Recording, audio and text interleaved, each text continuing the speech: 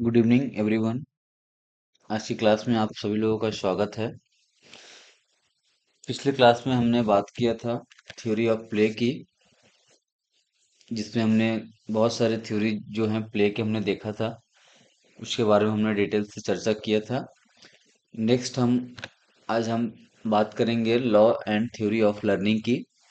तो law and theory of learning में बहुत सारे ऐसे लर्निंग हैं जिसको हम आज पढ़ेंगे। तो सबसे पहले हम बात करेंगे ट्रायल एंड एरर थ्योरी जो होती है। तो ट्रायल एंड एरर जो थ्योरी होती है, इसको जिसने दिया है उसका नाम है थॉर्नडाइक। ट्रायल का मतलब होता है सीखना या प्रयास, और त्रुटि का मतलब होता है एरर। ठीक है, के माध्यम से मतलब कि प्रयास और त्रुटि के माध्यम से सीखना।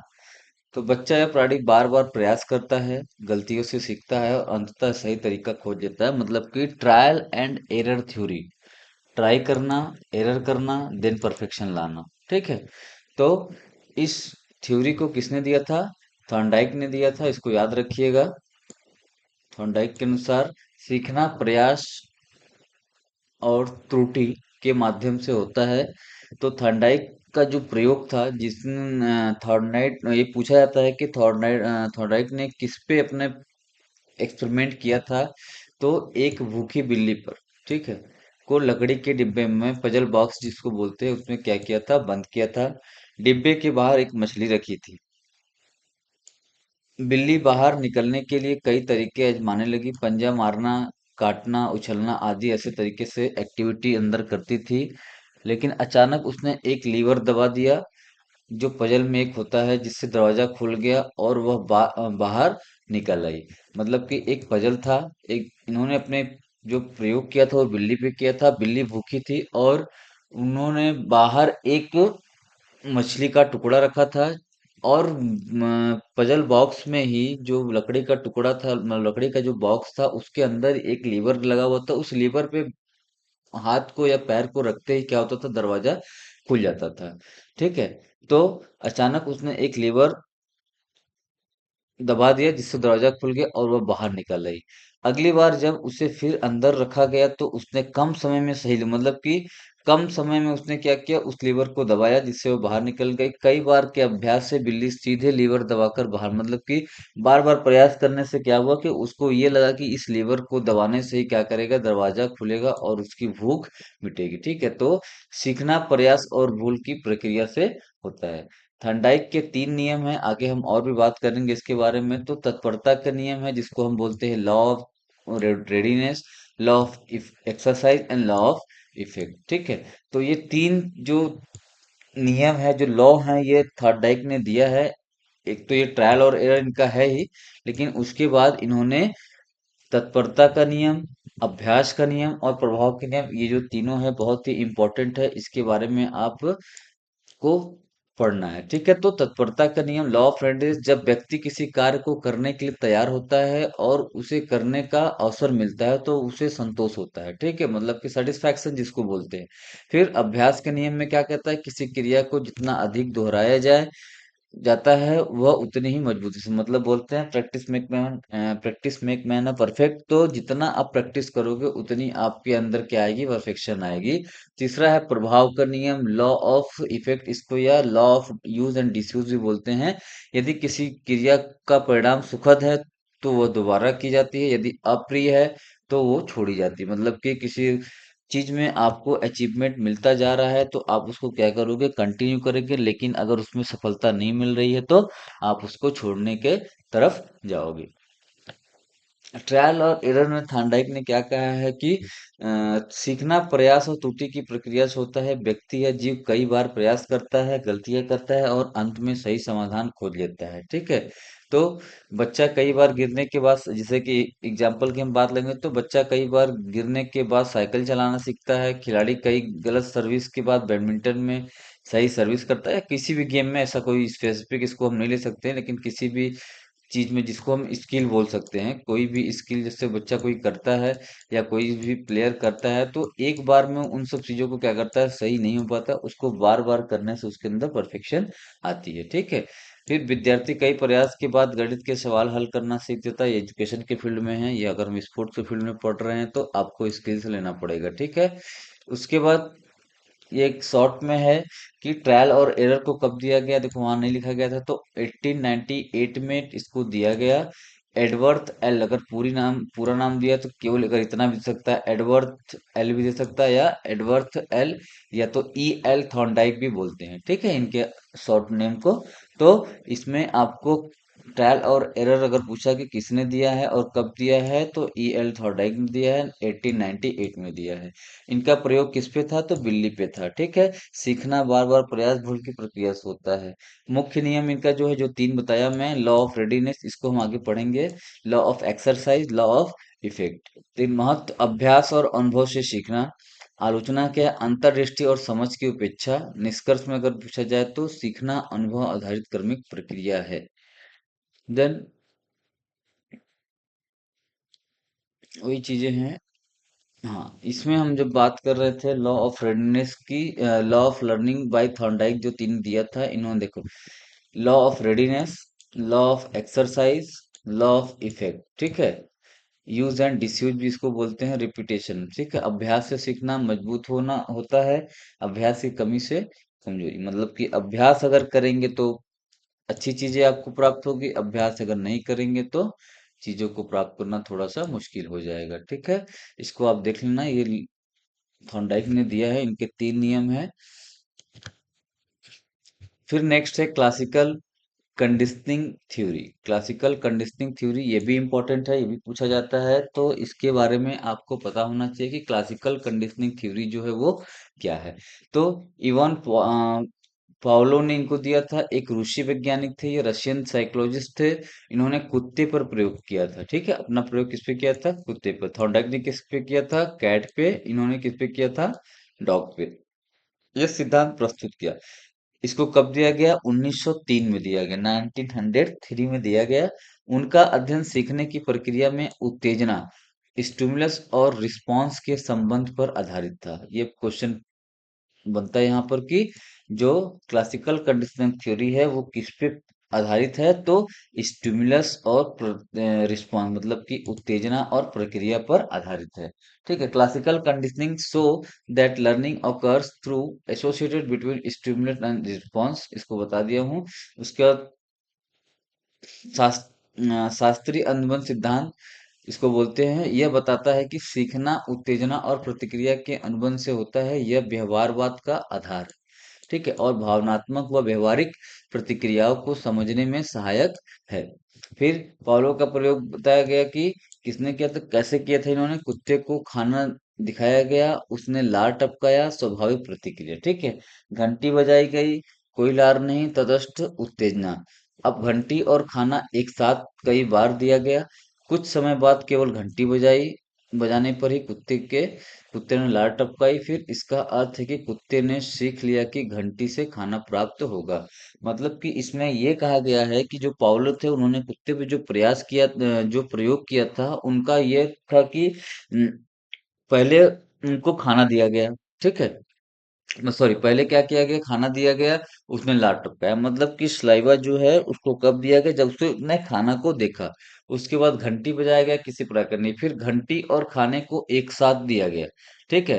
अब कुछ दिन तक ऐसे किया गया, फिर उसके बाद क्या किया गया, फिर से घंटी बजाने पर भी कुत्ते के, मतलब कि ये उसको ज्ञान हो गया कि जब घंटी बजेगी तब हमको खाना आएगा, तो वही इसमें बता रहा है कि कुछ समय बाद केवल घंटी बजाने पर ही कुत्ते के मुंह में लार आया, या उसने लार टपकाना स्टार्ट किया। इसका अर्थ है कि कुत्ते ने सीख लिया कि घंटी से क्या मिलेगा, हमको खाना मिलेगा।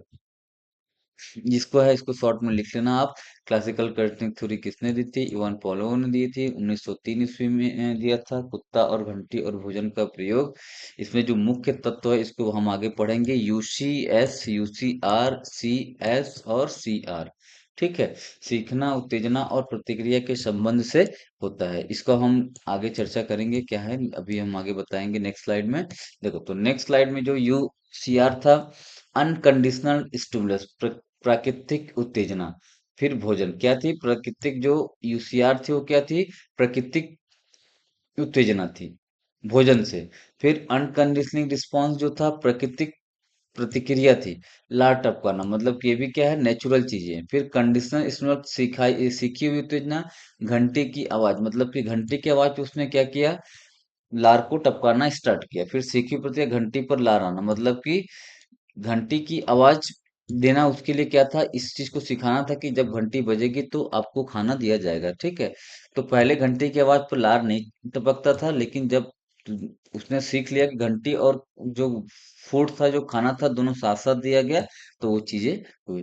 फिर इसमें ये कंडीशनल स्टिमुलस और कंडीशनल रिस्पॉन्स मतलब कि दो ही चीजों पे थी, स्टिमुलस और रिस्पॉन्स पे, तो वही चीजों को इसमें बताया गया, ठीक है। उसके बाद बिफोर कंडीशनिंग यूसीआर मतलब कि अनकंडीशनल स्टिमुलस, फिर अनकंडीशनल रिस्पॉन्स की बात होती है।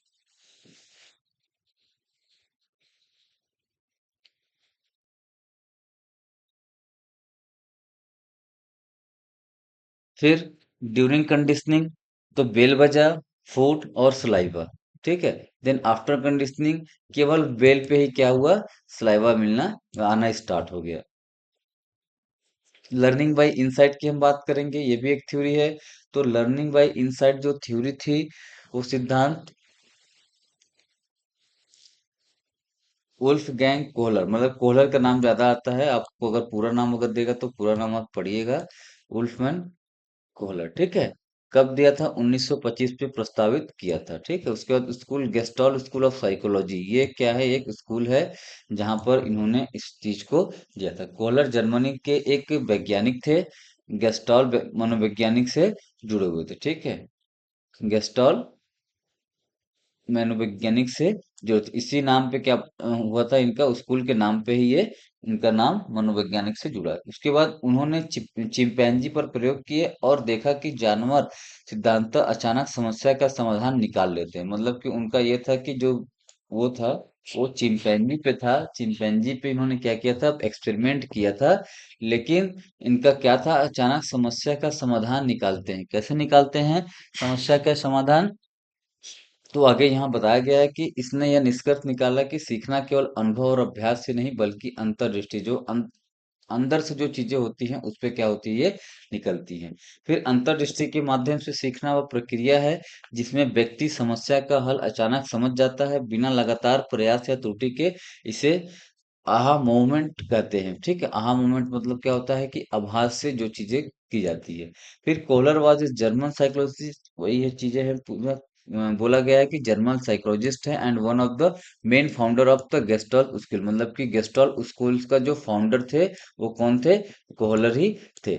उसके बाद during World War one he conducted experiment on chimpanzee in Tenerife island, Spain में इसको इन्होंने किया था। He study how animal solve problem through understanding insight rather than trial and error. तो कॉलर ने गेस्टर्ल मनोवैज्ञानिक के अंतर्गत जो सिद्धांत प्रस्तुत किया था, उन्होंने द्वितीय विश्व युद्ध, जो ये चीजें बताई गई कि द्वितीय विश्व युद्ध में युद्ध के दौरान चिंपैंजी पर प्रयोग किया और पाया कि सीखना केवल प्रयास और भूल से नहीं बल्कि समझ और अंतर्दृष्टि से है। तो आगे हम बात करेंगे कि उन्होंने कैसे किया। तो इसमें जो चीजें थी, हाँ, इसमें जो उन्होंने बताया, जो कोहलर ने एक्सपेरिमेंट किया था एक चिंपैंजी पे किया था जिसका नाम क्या था, सुल्तान था, ठीक है। सुल्तान उसका नाम था। केला छत से लटका हुआ था और जमीन पर कुछ लकड़ियां और बक्से रखे थे। तो चिंपैंजी ने पहले कई प्रयास किए, फिर कुछ समय बाद वह रुका और सोचा। उसने लकड़ियों को जोड़कर एक छड़ी बनाई और केले को गिरा दिया। मतलब कि इसमें यह था कि एक पिंजड़े में एक चिंपैंजी को रखा गया था। चिंपैंजी का जो पिंजड़ा था वो काफी बड़ा था और उसमें चिंपैंजी को भूख लगी थी, तो उसमें क्या किया गया कि एक केला एकदम ऊपर दम टॉप पे क्या किया गया, उसको लटकाया गया और उसमें कुछ लकड़ियों को और रस्सी को रखा गया। तो उसमें ये हुआ कि इस बंदर को भूख लगी है तो वो केले को कैसे खाएगा। तो उसने पहले क्या किया कि खुद से कूदना स्टार्ट किया। तो उसका जो हाइट था और पिंजरे के हाइट से क्या था, वो कम था, तो उसका हाथ जो था वो केले तक नहीं पहुंच पा रहा था। उसने क्या किया कि धीरे धीरे एक लकड़ी को फिर देखा पास में रखी हुई, पेड़े में, तो लकड़ी से उठाया तो नहीं हुआ, तो फिर लकड़ी को क्या किया कि धीरे धीरे बांधा, दो लकड़ी को बांधा तो नहीं हुआ, ऐसे करके वो लकड़ी को जब बांधा तो जाके उसको केल केले को उसने लकड़ी से तोड़ा। ठीक है, उसने लकड़ी को क्या किया, तोड़ा। तो इसमें उससे क्या हुआ कि उसको जो भूख लगी थी उसने उसको केले को खा के अपने भूख को क्या किया, मिटाया। ठीक है, तो अंतर्दृष्टि का अर्थ है समस्या के विभिन्न भागों के बीच संबंध को अचानक समझ लेना और उसी समझ के आधार पर समाधान प्राप्त करना। तो अंतर्दृष्टि द्वारा learning by insight Wolf Wolfgang Kohler ने दिया था, 1925 में दिया था। विद्यालय कौन था गेस्टाल मनोविज्ञान साइकोलॉजी स्कूल बोल सकते हो, या गेस्टाल, ये गैस रहेगा। ठीक है, गेस्टाल, गेस्टाल मनोवैज्ञानिक विद्यालय। चिंपांजी पर केले का प्रयोग, सीखना और सोच पर समझ पर आधारित था। अचानक समाधान प्राप्त होना, रचनात्मक समस्या समाधान और बौद्धिक विकास सभी प्रकार के अधिगम पर लागू नहीं होता है। अधिगम अंतर्दृष्टि और बौद्धिक विश्लेषण की प्रक्रिया है। ठीक है, एक है गैसल का परिपक्वता सिद्धांत जिसको हम बोलते हैं मैच्योरेशन थ्योरी। एर्नोल्ड गैसल जिसको हम बोलते हैं, नाम पूरा एर्नोल्ड गैसल। तो इस थ्योरी को जो मैच्योरेशन थ्योरी है, परिपक्वता, मैच्योरेशन मैच्योरिटी, ठीक है, जिसको मैच्योरिटी जिसको बोलते हैं, तो मैच्योरेशन थ्योरी जिसको हम बोलते हैं, तो इसको डॉक्टर अर्नाल्ड लुइस गैसल ने दिया है। लगभग इन्होंने 1925 से 1929 में इसको दिया है। इसका एग्जैक्ट जो वो है ईयर उसको नहीं वेरीफाई किया गया, तो 1925 से 1929 फील्ड जो है बाल मनोविज्ञान इन्हीं के द्वारा दिया गया था। अब इनका जो कंट्रीब्यूशन देखते हैं क्या क्या है, तो गैसल पहले ऐसे मनोवैज्ञानिक थे जिन्होंने यह बताया कि विकास और अधिगमन का प्रमुख कारण जैविक परिपक्वता है, मतलब कि बायोलॉजिकल मैच्योरेशन। ठीक है जो जन्मजात और आनुवंशिक होती है। उसके बाद गैसल ने क्या कहा कि ने गैशल डेवलपमेंट शेड्यूल नामक मापदंड बनाए जिनसे बच्चे के मानसिक, शारीरिक और सामाजिक विकास का मापा जा सकता है। इसको थोड़ा सा याद रखिएगा कि गैशल डेवलपमेंट शेड्यूल जो होता है उससे क्या मापा जाता है। तो आपको ये पता होना चाहिए कि नामक मापदंड बनाए जिससे बच्चे के, क्योंकि इन्होंने चाइल्ड साइकोलॉजी को ही डेवलप किया था, तो जिनसे बच्चे को क्या किया, मानसिक, सामाजिक, शारीरिक और सामाजिक विकास को क्या होता है, वो मापा जा सकता है। उन्होंने वीडियो ऑब्जर्वेशन टेक्निक का प्रयोग किया। उन्होंने वीडियो ऑब्जर्वेशन टेक्निक का भी प्रयोग किसने किया, गैसल ने। ये याद रखिएगा, देखिए इसमें दो चीजें मिली हैं, गैसल डेवलपमेंट शेड्यूल और वीडियो ऑब्जर्वेशन टेक्निक का प्रयोग किया बच्चों के विकास क्रम को रिकॉर्ड करने के लिए। किसके लिए, बच्चों के विकास क्रम को रिकॉर्ड करने के लिए। परिपक्वता सिद्धांत के अनुसार व्यक्ति का विकास मुख्य रूप से जैविक और आनुवंशिक, मतलब कि बायोलॉजिकल और जेनेटिक कारणों पर निर्भर करता है, न कि पर्यावरण या अनुभव पर। प्रत्येक बच्चा एक पूर्व निर्धारित जैविक क्रम के अनुसार बढ़ता और विकसित होता है। सो देख लीजिए, गेस्टाल्ट थ्योरी 1925 में माना जाता है। इसको आपको याद रखना है कि जो मैचुरेशन थ्योरी जो है एंडरसन गेसल ने दिया है, वो कब दिया था, 1925 में। उसके बाद डिस्क्रिप्शन, सॉरी, कोर आइडिया की बात करें तो growth follow as biological time table, maturation time learn child learn to walk only when body muscles mature.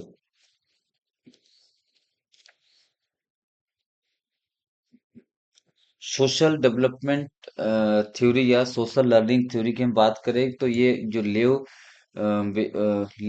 बायकोत्सी हैं, इन्होंने दिया है सोशल लर्निंग थ्योरी थ्योरी को। तो सोशल लर्निंग थ्योरी जो अल्बर्ट बंडूरा ने भी दिया है, तो आपको इसको याद रखना है कि सोशल, इसको आगे हम बात करेंगे क्या क्या चीज इसमें है। तो social development theory, social culture theory given by लेव वाइको वाइगोत्सी। ठीक है, तो इसको थोड़ा सा आप होल्ड करिएगा भी। अल्बर्ट बंडूरा ने भी सोशल लर्निंग थ्योरी दिया है। दोनों सिद्धांत एक दूसरे से संबंधित है क्योंकि दोनों ही बताते हैं कि सीखना सामाजिक परिवेश से होता है। ठीक है, सोशल इंटरेक्शन से जो हम सीखते हैं उसको हम बोलते हैं सोशल लर्निंग थ्योरी। यहाँ मैं पहले लेव वेक्सिन के सामाजिक अधिगमन सिद्धांत का विस्तार से वर्णन किया जाएगा, जैसे आपने, और चाहे तो बाद में मैं बंडूरा के सोशल लर्निंग की तुलना भी दे सकता हूँ। मतलब कि इसमें दोनों सोशल लर्निंग थ्योरी के जो मुख्य घटक है, जो वाइगोत्सिन दिया है, उसमें सोशल इंटरेक्शन है, मोर नॉलेज है, मोर नॉलेजेबल अदर्स, फिर zone of proximal development, then folding सहारा देना, लैंग्वेज एंड थॉट भाषा और विचार। तो इसमें और भी हैं, 5 इसमें हैं मुख्य घटक इसके वायुगुत्से के। तो इसमें क्या बोल रहा है, सोशल इंटरेक्शन मतलब कि समाज में एक दूसरे से बात करना, मतलब कि सीखने की शुरुआत समाज और अन्य लोगों से संपर्क द्वारा होती है। उदाहरण, बच्चा बोलना सीखता है माता पिता की नकल करते हैं। मतलब कि बच्चे जो होते हैं समाज में या उनके इन्वायरमेंट में जो चीजें होती हैं उस हिसाब से क्या करते हैं, उन चीजों को सीखते हैं और कैप्चर करते हैं। ठीक है। मोर नॉलेजेबल अदर, अधिक ज्ञानी व्यक्ति, जिसको हम हिंदी में शॉर्ट में MKO कहते हैं, वह व्यक्ति है जो शिक्षार्थी से अधिक ज्ञान रखता है। यह शिक्षक, माता पिता या कोच कोई भी हो सकता है। वह मार्गदर्शन और सहारा देकर बच्चे के सीखने में मदद करता है। जोन ऑफ प्रॉक्सिमल डेवलपमेंट क्या होता है, समीपी विकास क्षेत्र, जिसको हम बोलते हैं कि यह वाइगोत्स्की का सबसे प्रसिद्ध सिद्धांत है। वह क्षेत्र है जहां बच्चा स्वयं नहीं सीख सकता, लेकिन मार्गदर्शन मिलने पर सीख सकता है। उदाहरण, कोई बच्चा स्वयं साइकिल नहीं चला पाता, पर कोई कोच की मदद से चलाना सीखता है या किसी की मदद से सीखता है। यह क्षेत्र उसका JPD मतलब कि जोन ऑफ प्रॉक्सिमल डेवलपमेंट कहलाता है। ठीक है। सहारा देना, शिक्षक या कोच छात्र को अस्थायी सहायता, टेम्परेरी सपोर्ट देते हैं। जैसे बच्चा सक्षम होता है, यह सहायता धीरे धीरे हटा दी जाती है। यह प्रक्रिया स्कैफोल्डिंग कहलाती है। ठीक है। फिर है लैंग्वेज एंड थॉट। वाइगोत्स्की के अनुसार भाषा ही सोच का आधार है। पहले बच्चे बाहरी रूप से बोलता है, सोशल स्पीच, फिर आंतरिक भाषा, इनर स्पीच बन जाती है, जिससे सोचने की क्षमता क्या होती है, विकसित होती है। ये किसके थे, वाइगोत्स्की के थ्योरी के अनुसार 5 चीजें हैं, इसको याद रखिएगा। Social interaction, more knowledgeable other, zone of proximal development, scaffolding और लैंग्वेज एंड थॉट। ठीक है। इसको देख लीजिएगा। इनकी पुस्तकें हैं, माइंड इन सोसाइटी, इनके विचारों का संकलन। ठीक है। माइंड एंड सोसाइटी, जिसको इन्होंने 1978 में दिया था भाई ने। अगर इस बुक के बारे में पूछा जाए तो इसको आपको बताना। ठीक है। इनका जो क्षेत्र था, डेवलपमेंट एंड एजुकेशनल साइकोलॉजी। अब फिर है, लास्ट है ऑब्जर्वेशनल लर्निंग थ्योरी की हम बात करेंगे कि प्रेक्षण अधिगमन सिद्धांत।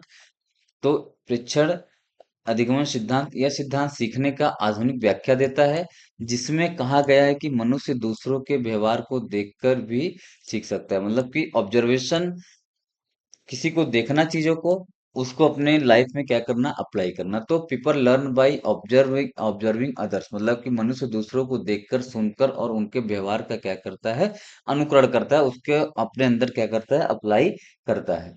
वेंडुरा के अनुसार अधिगमन केवल प्रत्यक्ष अनुभव, डायरेक्ट एक्सपेरिमेंट एक्सपीरियंस से नहीं होता है, बल्कि प्रेक्षण ऑब्जर्वेशन और अनुकरण इमिटेशन से होता है। ठीक है। तो इनके जो मुख्य घटक हैं, ये अटेंशन है। ठीक है। उसके बाद रिटेंशन है, देन रिप्रोडक्शन है, उसके बाद मोटिवेशन है। 4 चीजें इन्होंने दिया है, किसने, बंडूरा ने यहाँ पे दिया, अल्बर्ट बंडूरा ने इनको दिया, किसको, ऑब्जर्वेशन लर्निंग थ्योरी को कब दिया है, 1961 में। तो इनके अकॉर्डिंग जो है 4 चीजें दी गई हैं, अटेंशन, रिटेंशन, रिप्रोडक्शन और मोटिवेशन। ठीक है। तो अटेंशन क्या है, सीखने वाला व्यक्ति पहले मॉडल के व्यवहार पर ध्यान देता है। बिना ध्यान के सीखना संभव नहीं है। उदाहरण, जैसे बच्चा अपने कोच या खिलाड़ी की हरकतें ध्यान से देखता है। हरकतें मतलब कि एक्टिविटी जो होता है उसको ध्यान से देखता है। अगर अच्छा कर रहा है तो भी, अगर कोई गलती कर रहा है तो भी उन चीजों को क्या करता है, देखता है।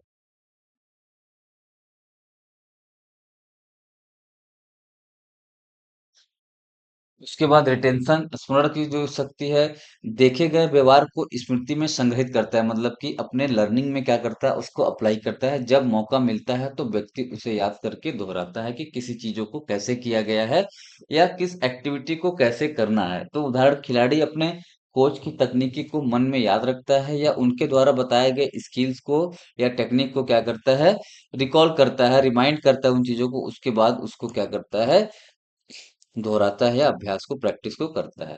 रिप्रोडक्शन क्या है, व्यक्ति उस व्यवहार को अपने कार्य में दोहराने का प्रयास करता है, जो देखा उसे क्रिया में लाता है। उदाहरण, जिम्नास्ट कोच के मूव देखकर वैसा करने की कोशिश करता है। फिर मोटिवेशन, व्यक्ति तभी सीखने का प्रयास करता है जब उससे प्रेरणा मिलती है, जैसे पुरस्कार, प्रशंसा या सफलता की संभावना। तो खिलाड़ी जब दूसरे खिलाड़ी को पुरस्कार पाते देखता है तो वैसा करने के लिए प्रेरित होता है, मतलब कि उसकी भी जिज्ञासा होती है कि वो चीजों को हासिल करे। ठीक है। तो इसमें है, अल्बर्ट बंडोरा ने दिया है इस थ्योरी को 1961 में। एक्सपेरिमेंट जो था, बोबो डॉल एक्सपेरिमेंट, ये याद रखना कि बोबो डॉल एक्सपेरिमेंट किस में किया जाता है, तो ऑब्जर्वर लर्निंग थ्योरी पे। देन इसमें चार की प्रोसेस में पीछे बताया हमने, attention, retention, reproduction, motivation. Type, observational और इमिटेशन लर्निंग। फील्ड क्या है, एजुकेशन एंड स्पोर्ट्स साइकोलॉजी। इनकी जो बुक लिखा गया है, अल्बर्ट बंडूरा, इनका भी नाम बहुत ही इंपॉर्टेंट है। Albert Bandura, social learning theory 1977 में। Social foundation foundation of thought and action 1986 में। इन्होंने दो बुक लिखी, एक 1977 में और एक 1986 में। तो सोशल लर्निंग थ्योरी और social foundation of thought and action, इन्होंने दो बुक को लिखा। Law and theory of learning, सीखने के नियम और सिद्धांत। तो जो सीखने के जो सिद्धांत है वो दो श्रेणियों में डिवाइड किया गया है। ठीक है, तो पहला है जो स्टिमुलस रिस्पॉन्स और एसोसिएटेड टाइप ऑफ थ्योरी। इस सिद्धांत के प्रवर्तक थॉर्नडाइक हैं, तथा सीखने के क्षेत्र संबंधी सिद्धांत, field related theory of learning. उसका दूसरा जो है फील्ड, मतलब कि दूसरा जो है क्या है, सीखने के फील्ड संबंधी, मतलब कि फील्ड रिलेटेड, यहाँ से रहेगा दूसरा, ये पहला और ये दूसरा। ठीक है, field related theory of learning. इसको हम लोगों ने देख लिया है कि कौन कौन सा है। तो जो थॉर्नडाइक थे उनके और भी वो थे, इसको थोड़ा सा आप देख लीजिएगा, यहाँ तक हमने बात कर लिया है। जो थॉर्नडाइक के जो नियम थे, जो लॉ थे उनके, ये इसमें और भी ऐड है, जिसको हम बोलते हैं एकाधिक प्रतिक्रिया का नियम, मतलब कि law of multi response. Law of multi response में किसने दिया है, थॉर्नडाइक ने दिया है। लॉ ऑफ सेट और एटीट्यूड, इसको भी किसने दिया है, थॉर्नडाइक ने दिया है। लॉ ऑफ एसोसिएटिव शिफ्टिंग, इसको भी दिया है। उसके बाद लॉ ऑफ आइडेंटिकल एलिमेंट्स, इसको भी दिया गया है।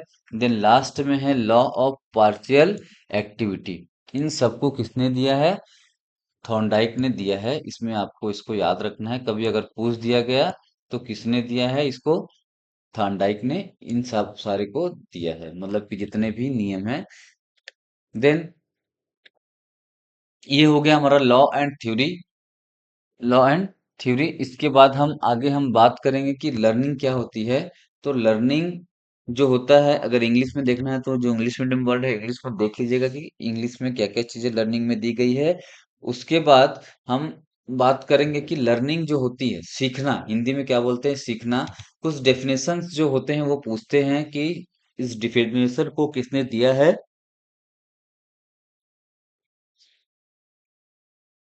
तो इसको आप स्क्रीनशॉट ले लीजिएगा। स्क्रीनशॉट लेने के बाद हम इस पे थोड़ा सा चर्चा करेंगे कि सीखना क्या होता है। ठीक है, तो सीखना वो प्रक्रिया है जिसके माध्यम से व्यक्ति ज्ञान, कौशल, मूल्य या दृष्टिकोण प्राप्त करता है। यह अनुभव, अभ्यास, प्रशिक्षण या शिक्षा के परिणाम स्वरूप व्यवहार या समझ में अपेक्षाकृत अस्थायी परिवर्तन लाता है। सीखना केवल औपचारिक शिक्षा तक सीमित नहीं है, यह दैनिक जीवन में अनौपचारिक रूप से होता है। ये पूछा जाता है कि learning is a life long process. ठीक है, लाइफ लॉन्ग जो प्रोसेस होता है वो लर्निंग होता है। कभी कभी पूछता है कि दो तीन ऑप्शन दिए रहेंगे, आपको उससे पूछेगा तो आपको बताना है। ठीक है, तो जो ज्ञान है, कौशल है, मूल्य या दृष्टिकोण है प्राप्त करना, व्यवहार या इसकी करेक्टरिस्टिक्स की बात करेंगे तो व्यवहार या संज्ञानात्मक परिवर्तन लाता है, जानबूझकर या अनजाने में सीखना, अनुभव, अभ्यास, पर्यवेक्षण और वातावरण से प्रभावित होता है। ठीक है, मतलब कि इन सब सारी चीजें से हम क्या करते हैं, लर्निंग को प्रभावित ये होता है। तो प्रसिद्ध शिक्षा शास्त्रियों के अनुसार परिभाषाएं जो है, कुछ जो शिक्षा शास्त्री हैं, फिलोसोफर हैं, उनके थ्रू लर्निंग की जो डेफिनेशन दी गई है,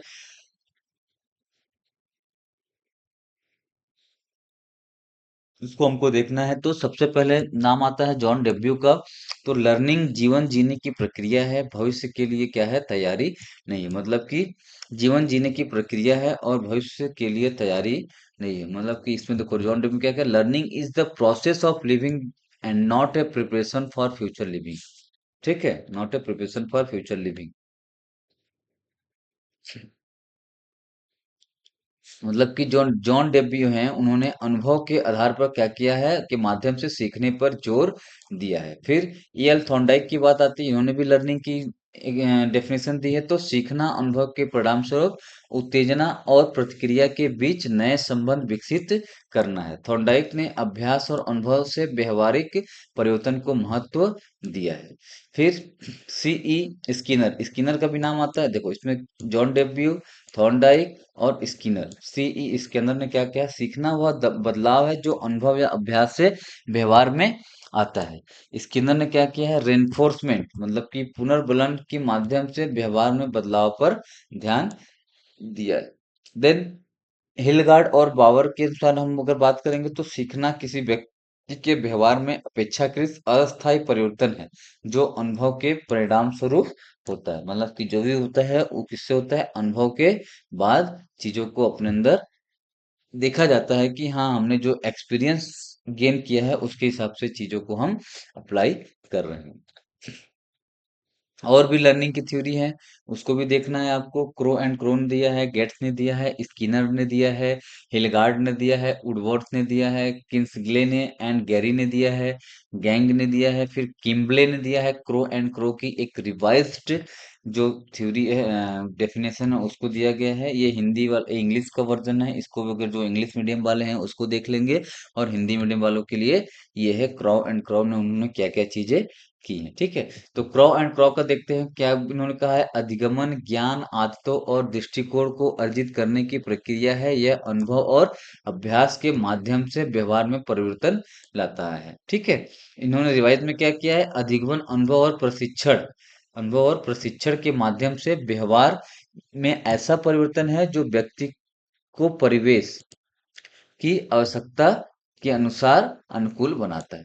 ठीक है, दोनों में इन्होंने क्या किया, चेंज किया। उन्होंने 1958 में दिया, उसके बाद फिर रिवाइज्ड किया तो 1958 के बाद इस डेफिनेशन को इन्होंने दिया। ठीक है, उसके बाद गेट्स हैं, स्किनर है, हिलगार्ड है, वुडवर्थ है। वुडवर्थ को भी देख लीजिएगा, इनका भी आता है नाम। ठीक है, गैगने का आता है, उसके बाद क्रो एंड क्रो का, और स्किनर का भी। ठीक है, इनका ज्यादा आता है, इसको आपको थोड़ा सा देखना है। नेक्स्ट हम बात करेंगे कि types of learning based on effect in sports. तो लर्निंग जो होता है वो तीन टाइप के होते हैं, पॉजिटिव लर्निंग, निगेटिव लर्निंग और जीरो लर्निंग। पॉजिटिव, निगेटिव और कंबाइंड बोलते हैं, या जीरो भी बोलते हैं इसको। ठीक है, लर्निंग तीन टाइप के होते हैं, पॉजिटिव, नेगेटिव एंड कॉम्बिनेशन।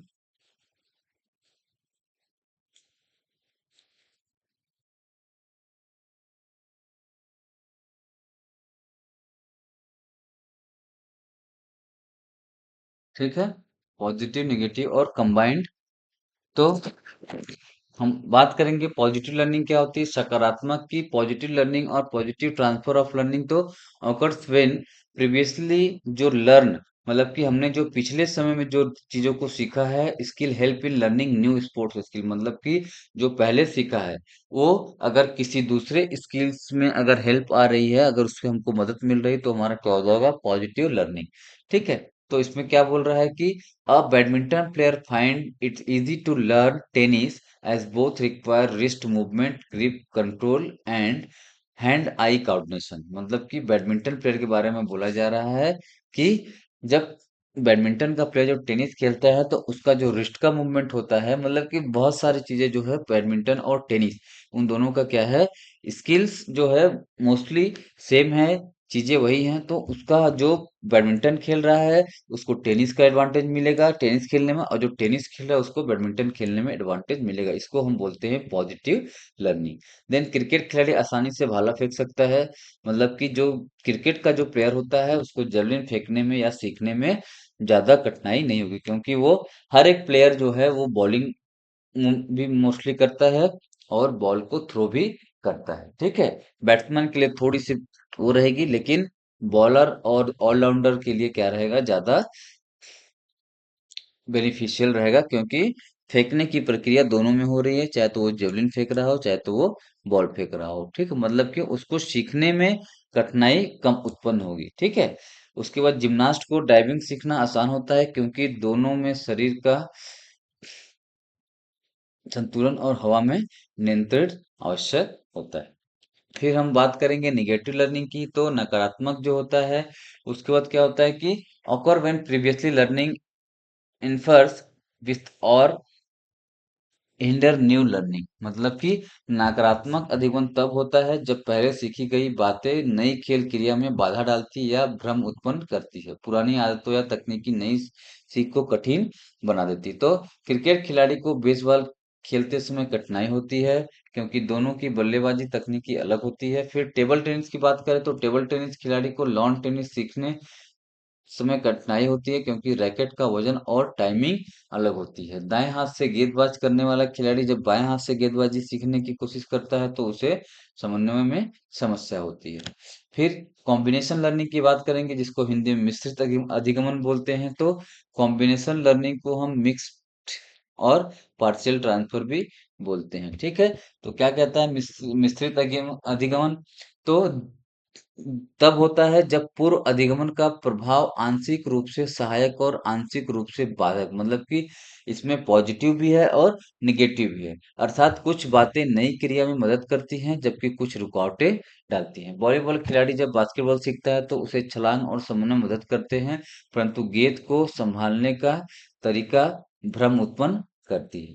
ठीक है, तो वॉलीबॉल की बात कर रहा है इसमें कि कैसे कैसे चीजों को करते हैं। ठीक है, मतलब कि जंप करना उसमें है वॉलीबॉल में, लेकिन बॉल को कंट्रोल में रखना वो वॉलीबॉल के स्किल में नहीं है।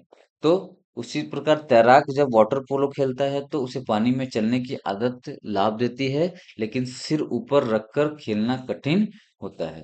फिर स्प्रिंटर जब लॉन्ग जंप सीखता है तो उसकी गति काम आती है, लेकिन टेकऑफ नियंत्रण में समस्या होती है, मतलब कि सहायता उसमें नहीं मिल पाता उससे।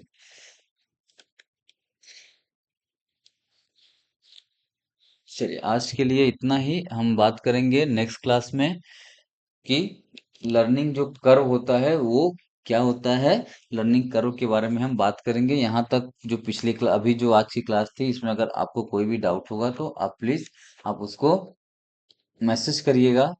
कोई भी प्रॉब्लम होगा तो आप उसको शेयर करिएगा, उसको सॉल्व किया जाएगा। चलिए, आज के लिए धन्यवाद सभी को।